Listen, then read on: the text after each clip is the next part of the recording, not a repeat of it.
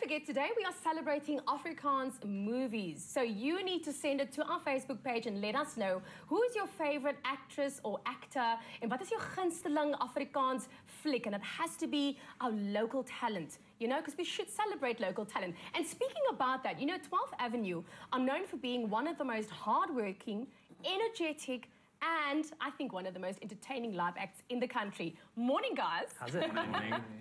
Now, listen, I have seen you guys perform. I've also had the opportunity to work with you as well when you were recording in the studio. I know for a fact you've been working hard because you'll sit there till 3, 4 in the morning, strumming those tunes, just doing your thing. But, you know, I never asked you this question. How exactly did you meet your history, you know? Tell me a bit more about that. It's an interesting story. I mean, basically, I was in another band at the time. And I wanted to start up a project where I was able to sing. So I formed up with a drummer named Bradley, and we were looking for a guitarist at the time, and I happened to be at a party, and Bjorn was playing with his band at the time. So we ended up chatting, made friends, and asked him to come round and jam with us. From there, I mean, we put out ads, and we found a bass guitarist named Peter Mini, and 12th Avenue was born. We first called ourselves Fireborn. Like cheesy deluxe, you know? And we were on our way to the... Sorry, I didn't mean to laugh like that. It's okay. Every time we said the name, we were kind of like, we're Fireborn. Oh, so stupid.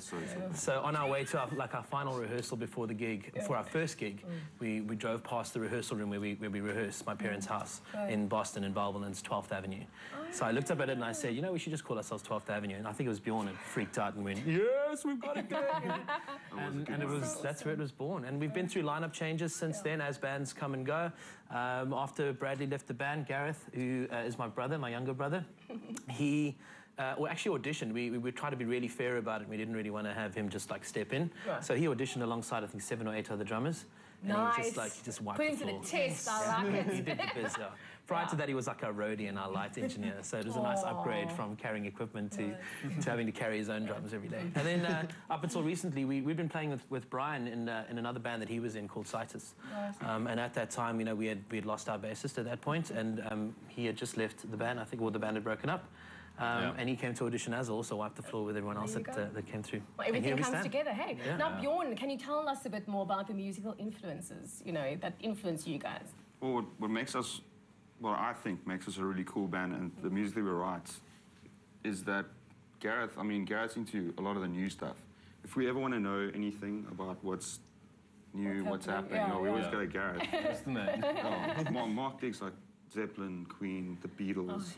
I like those too. I like everything, actually. So, I mean, we all like the old school stuff, but we have a very diverse, you know, we're very diverse in our likes and dislikes in music. So I think that in our writing, when we all bring our favourites together, it sort of comes through, but you can tell that it's the old school stuff that we really like. Okay. Now, you guys have just recently released your new album. It's 2011. Can you tell us a bit more about the album itself and where you plan to go from here? It's a self-titled album, 12th Avenue. We wanted to do things differently this time around, so we actually recorded it ourselves. We knew what we wanted, so we went into studio, we set it up ourselves. We wrote probably about, what, 30, 40 tracks. Wow, that's a lot. And got rid of the stuff that wasn't good enough to be released. We came out with six songs, so we've released that now, and we're busy touring with that. Okay. Okay, so Gareth, tell us a bit about the plans, you know, what are your plans for the future for the band, or as a band? Yeah. Current plans, we're busy, we're going to head up to Johannesburg, Pretoria and Bloemfontein this weekend. We're touring there. After that, we're doing a bit more of the Western Cape, and then by the end of the year, we're going to actually release another 6-song EP. It's basically the follow-up to what we've been doing this past first half of the year. And then just carry on touring from there, and then hopefully some overseas plans in the works, but nothing can be confirmed right now. So. Awesome. Well, guys, thank you so much for joining us right here on Expresso. It's so nice to see you again. Well done for all the good work. Thanks a lot. All right. Well, remember, you can get a hold of them on Facebook. You guys are on Facebook, I'm sure. Yeah. You can get a hold of them on Facebook and go and get yourself their new album, self-titled 12th Avenue. Right now, it's time for Liesl to get busy in the kitchen with Frank Dangereux.